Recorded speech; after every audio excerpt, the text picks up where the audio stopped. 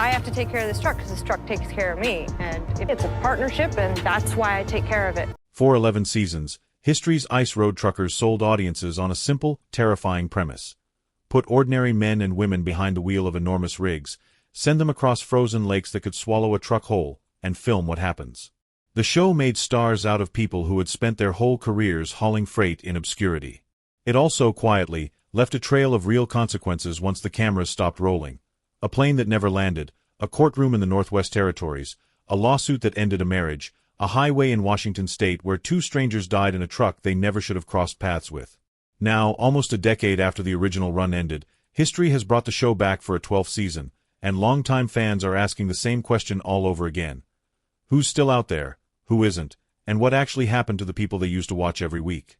This is the real story of the Ice Road Truckers cast.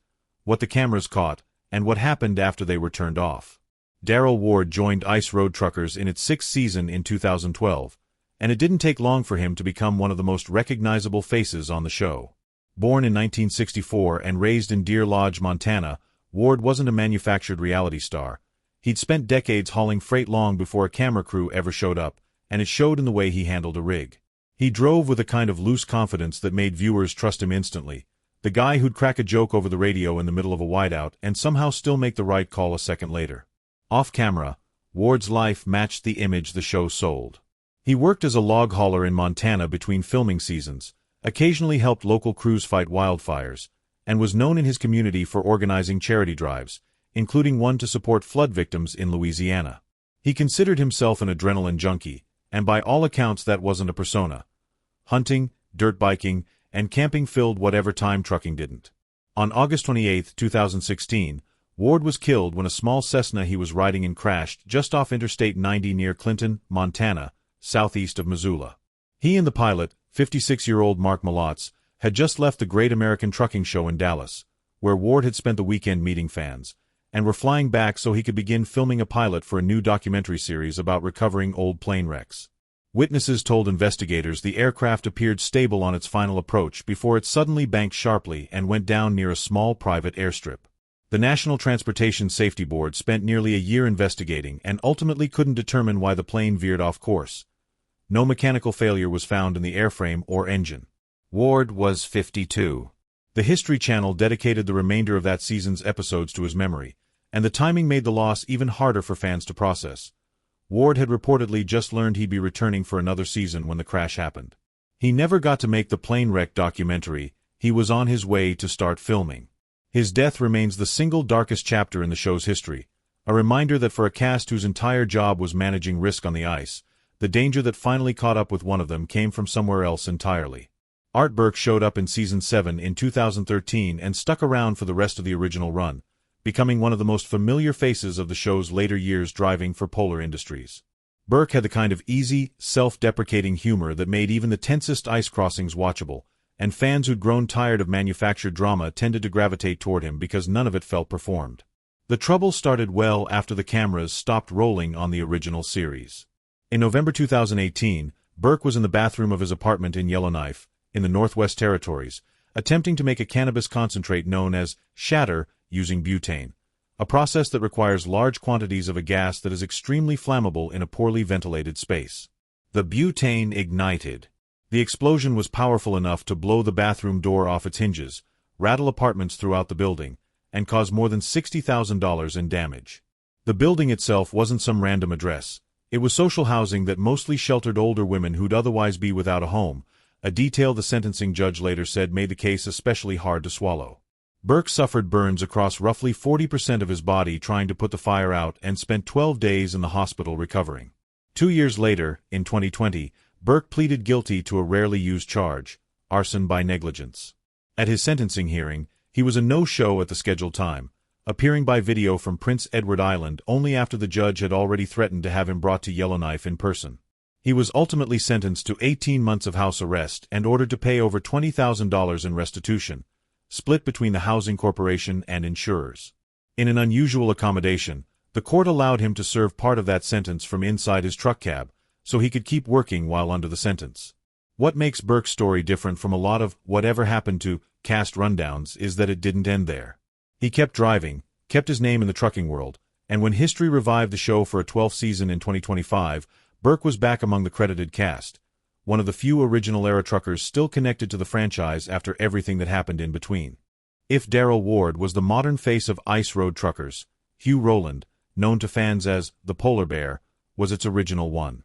Rowland was part of the cast from the show's 2007 premiere and, for its first several seasons, was arguably its biggest personality. Gruff, funny, and blunt about the fact that he mostly didn't care whether the cameras were there or not.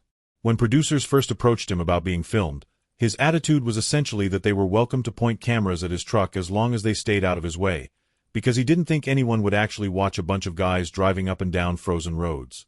They watched. Rowland became one of the show's most beloved figures through its early seasons, the guy producers built segments around because he could turn a lecture to a rookie driver into must-watch television without even trying. His exit from the show, though, wasn't a choice. It followed a serious accident. In early 2014, Rowland was riding as a passenger in a vehicle driven by one of the show's producers, Will Morrison, when Morrison reportedly lost control and the vehicle veered off the road into trees. Rowland suffered severe injuries that ended his ability to work as a trucker and led him to file a lawsuit against Morrison, alleging reckless driving. The legal filings, later reported by outlets including TMZ, went beyond the physical injuries. Rowland's suit also cited the toll the crash took on his marriage, claiming the injuries had made intimacy with his wife impossible and that the strain contributed to the relationship's breakdown. The crash effectively ended Rowland's time on Ice Road Truckers. He was absent starting with Season 9, and the show never really addressed why on air. Rowland has largely stayed out of the trucking television spotlight since, though he's remained a known figure at trucking events and has spoken about his time on the show in interviews over the years. It's a quieter, sadder ending than the crashes and near-misses that made him famous. Proof that on this show, some of the worst wrecks happened when the trucks weren't even the danger. Not every cast member's story is defined by crisis, and Mark Kohakewich is the clearest example of that. As the head of Polar Industries, the Winnipeg-based trucking company that operates some of the routes featured on the show, Kohakewich occupied a different role than most of the drivers. Less about white-knuckle hauls and more about the logistics that made those hauls possible in the first place. Kohakewich first appeared on Ice Road Truckers in Season 5 and became a more consistent presence starting in Season 7, eventually stepping in during the 10th season to briefly drive Darrell Ward's truck and operate heavy equipment during the show's convoy finale. A reminder that the man running the business had done the work himself long before he was running the company. His path into the ice road world reportedly started with recreational ice fishing trips as a young man that gradually pushed farther into the remote north, an interest that eventually turned into a business hauling freight to communities that depend on winter roads to receive supplies at all. Unlike several of his castmates, Kohakewich's post-show story doesn't involve courtrooms, hospitals, or headlines. He's continued running Polar Industries, supplying isolated communities and First Nations settlements across northern Canada that rely on ice roads opening each winter as essentially their only affordable link to the outside world. It's unglamorous, high-stakes work. Supply chains in that part of the country don't have much room for error, and a season with a short freeze window can mean the difference between a community getting through the winter comfortably or not. Kohakewich has talked in interviews about just how exposed that responsibility can feel, describing the total absence of backup in an emergency out on the ice. There's no quick call for a helicopter or a tow truck when something goes wrong hundreds of miles from anywhere. That, more than any single dramatic incident, is what defines his story. A decade of quietly managing risk that most viewers never think about, long after the cameras that made his industry famous moved on. Todd Dewey joined the cast in Season 7 in 2013 and built a reputation as one of the most technically skilled drivers on the show, particularly when it came to chaining up a rig in the Yukon's worst conditions. He wasn't the loudest personality in the cast, and he didn't need to be. His driving did the talking, and he spent seasons navigating enormous loads through terrain that would have rattled far more experienced-looking truckers. The most serious moment of Dewey's life on the road, though, happened off-camera, years after his run on the original series had ended. In January 2019, while hauling logs on Highway 101 near Shelton, Washington, a sedan crossed the center line directly into his path. The head-on collision killed both people in the other car, 65-year-old Stephen Jacobson and his 64-year-old passenger, almost instantly. Dewey walked away physically unhurt, but he was open afterward about how shaken he was, posting on social media the next day that he felt sick knowing two people had died in a crash there was nothing he could have done to prevent. Investigators found no evidence that drugs, alcohol, or reckless driving from Dewey played any role. The crash was attributed to the other driver crossing into oncoming traffic. That kind of accident leaves a mark that doesn't show up on a police report. Dewey continued working in the logging and heavy haul industry in Washington state in the years that followed, eventually taking on additional work as a lowboy operator, and by his own account never fully let go of what happened that morning even as life moved on. What makes Dewey's story especially relevant right now is what's happened most recently. In 2025, after 8 years away from television, Dewey returned for Ice Road Truckers Season 12, joining a new operation called Muskie Creek and reuniting on screen with former castmate Lisa Kelly. It's a genuinely unusual arc. A driver who survived a fatal highway crash that had nothing to do with skill or ice, chose to walk away from long-haul trucking's biggest stage for the better part of a decade, and then chose to come back to the exact kind of work that put him in that truck in the first place. Lisa Kelly is probably the name most casual fans remember first, and for good reason. She spent years proving she belonged on some of the hardest routes in Alaska and northern Canada in an industry where she was frequently the only woman in the room. Born in Grand Rapids, Michigan in December 1980, Kelly first appeared on the show in its third season in 2009 and went on to become one of its longest-running cast members, featured across seasons 3 through 5 and then 7 through 12. Her early years on the show weren't easy.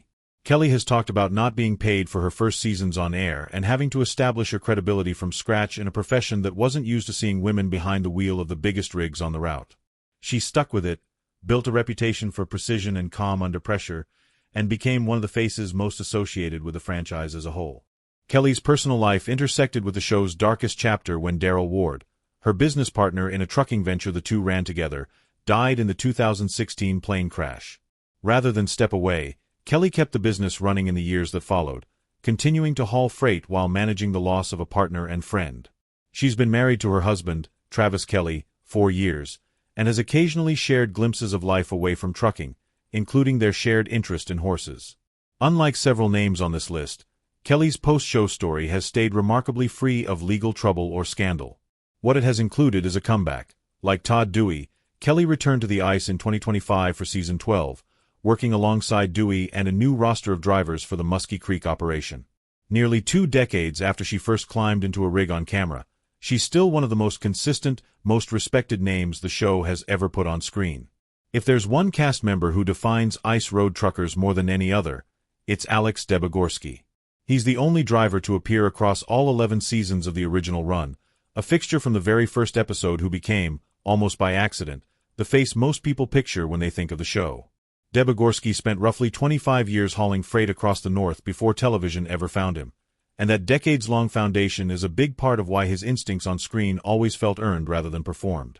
Off-camera, Debogorski's life has been just as full as anything that made it into an episode. He's the father of 11 children and has spent decades married to his wife, Louise. He's a devout Christian and, by his own telling, someone who has packed an unusual amount of both trouble and heroics into one lifetime. He's written and spoken publicly about surviving dangerous situations over the course of his life on and off the ice, and he's never shied away from admitting that not every one of those stories reflects well on him, a rare kind of honesty for someone who built a television career on being likable. After the original series wrapped, Debogorski didn't disappear the way some of his castmates did. He published a memoir, King of the Road, True Tales from a Legendary Ice Road Trucker, giving fans a more personal account of his life than the show ever could. He's continued touring and giving talks about the history of trucking, and in the years since the original series ended he's hosted programming for trucking audiences built around the kind of stories he used to tell over the CB radio. When history revived the franchise for Season 12 in 2025, Debogorski was once again part of the credited cast. The same trucker who opened the show back in 2007, still connected to it nearly 2 decades later. Debogorski's story doesn't have a courtroom or a crash at the center of it, and that's sort of the point. Out of a cast full of people whose lives were appended by tragedy, legal trouble, or accidents that had nothing to do with the ice itself, the driver most identified with the show's entire 18-year run is also the one whose story stayed, comparatively, the most stable. Proof that surviving the ice roads for decades doesn't require avoiding danger, just respecting it. Taken together, these 7 stories say something the show itself never quite captured. The real risk of a life spent on the ice roads didn't always come from the ice. Darrell Ward survived years of frozen highways only to be lost in a plane crash. Hugh Rowland's career ended not on a route but in the passenger seat of a producer's truck. Art Burke walked away from a decade of televised danger only to be seriously injured making something in his own bathroom. Todd Dewey watched 2 strangers die in a crash he couldn't have prevented, then went back to trucking anyway. And through all of it, drivers like Lisa Kelly, Mark Kohakewicz, and Alex Debogorski kept showing up. Proof that whatever the show captured on camera was only ever part of the story.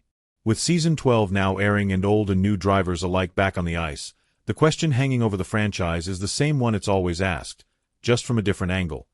It was never really about whether the road would test them. It was about what happened to them once the season wrapped and the cameras finally stopped rolling.